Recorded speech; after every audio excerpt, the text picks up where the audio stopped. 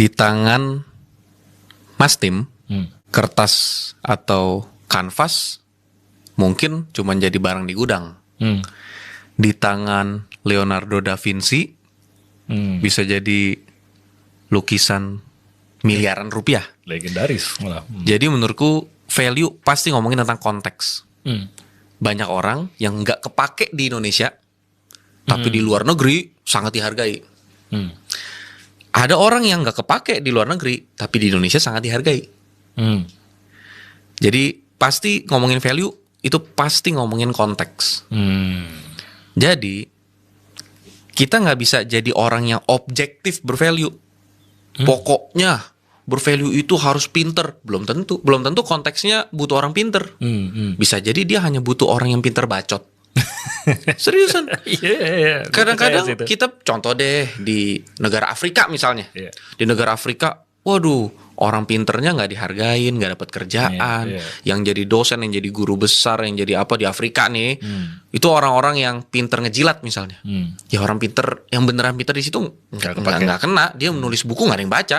Dia pindah ke negara lain, dia pindah misalnya ke New Zealand atau ke Australia, maju dia. Jadi value pasti tentang konteks.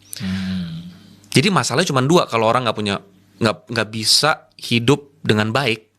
Cuma dua. Satu, dia memang tidak punya value, atau kedua, value yang dia punya nggak sesuai konteks.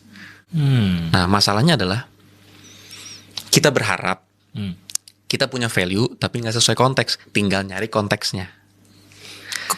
Konteks dalam hal ini apakah tempat? Bisa banyak hal. Bisa tempat. Sialnya bisa momentum waktu. Ada orang yang selama 2010 skill yang dia punya tuh nggak ada value-nya. Pas 2015 ada satu perubahan teknologi tertentu. Contoh kalau misalnya sederhana deh.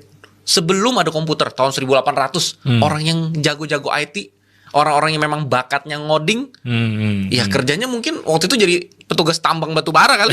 Nggak tahu kita maksudnya ya. Mau ditaruh di mana gitu ya. Ya kan dulu kan mungkin, tapi setelah udah ada penemuan komputer dan segala macam, akhirnya orang-orang ini yang tadinya pikir, orang-orang bilang, lu mah cuma nerd kutu buku lu. Ternyata kutu buku sekarang triliuner. Dulu kan kutu buku kayak, lu mana mungkin bisa jadi orang gitu kan. Sekarang yang kaya nerdnya justru yang kaya. Makanya sesuai konteks. Nah bisa jadi di masa depan, saat semua udah AI mungkin, udah nggak butuh lagi kutu buku yang coding. Jangan-jangan yang kaya adalah yang pinter ngebacot, yang pinter jualan.